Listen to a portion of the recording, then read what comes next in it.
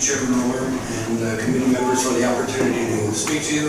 I first would like to thank Representative Troy for all he is doing for the people on behalf of Lake County. Our group lobbies for citizens, a 501c4 organization located in Lake County. We promote honesty, integrity, and transparency in government. And we have been looking at property taxes since 2015, and I have to thank Auditor Chris Galloway of Lake County and his entire staff for being honest and transparent and helping us understand all of the property taxes. At the time, 2015, when we first started, we said that if we stay on this path of ever increasing property taxes, we are going to price seniors and those living on fixed incomes out of their homes. We have been interested in the housing affordability threshold calculation and have spent many years trying to educate citizens on the calculation. And that is the mortgage, utilities, and property taxes cannot exceed or even reach 30% of their annual income. When we've done that, because we want to make sure that citizens have an understanding should they vote for a property tax levy, or are they pricing themselves out of their home? Our research showed that at that time, about 1/3 of Ohio seniors had exceeded their housing affordability threshold. And as bad as that statistic is, we believe it will rise up to over 50% because of the current property revaluation, because of the sexennial revaluation.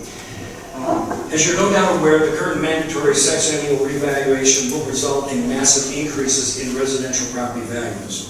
In our county, Lake, it is estimated that there will be an average of 30% increase in residential property values. This will result in double-digit increases in property taxes without a vote of the people. The annual tax increase for the individual taxpayer will vary based on the increased valuation of the home and the school district in which they live. For example, there are 3 of 9 Lake County school districts that are currently at the 20 mil floor, and 2 that will be there with a 30% increase. The Willoughby East Lake School District will realize a windfall of over $8 million in revenues with a cost to the taxpayer of $210 per 100,000 per home market value. The Riverside School District, my school district, will realize $3.6 million in windfall property taxes with a cost to the taxpayer of $93 per 100,000 of market value. We have identified several problems with the property taxes. First, the increase in valuation is inflationary, and citizens are paying increased taxes on unrealized gains. Can you imagine what would happen if we're paying taxes on unrealized gains on our stock values? The school districts are reaping an unprecedented increase in property taxes without a vote of the taxpayer due to the limit on HB 920 reduction of the effective rate on outside millage because of the 20 mil floor. We contend that the 20 mil floor is unconstitutional. Article 12, Section 2 of the Ohio Constitution limits the inside millage to 10 mils. ORC Section 5705 codified the 10 mil limits, but circumvents the Ohio Constitution with the statement, quote, except for taxes specifically authorized to be levied in excess thereof. The state legislators, whether they knew it or not, by creating the 20 mil floor, have, de facto, in reality, increased the 10 mils of inside millage, thereby violating the Ohio Constitution.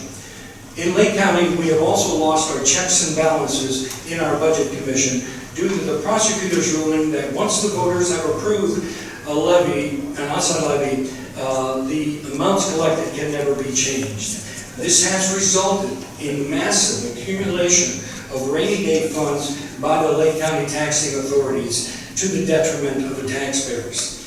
There needs to be greater clarity for the county budget commissions to determine how are they to be financial watchdogs for the taxpayers. We believe that property ownership is the foundation of our liberty. It is a way for families to transfer wealth between generations. And my final comment is, any tax that causes a citizen to become homeless is immoral. Thank you. Well, thank you so much. We appreciate you coming. We always appreciate when citizens come down. Thank you so much.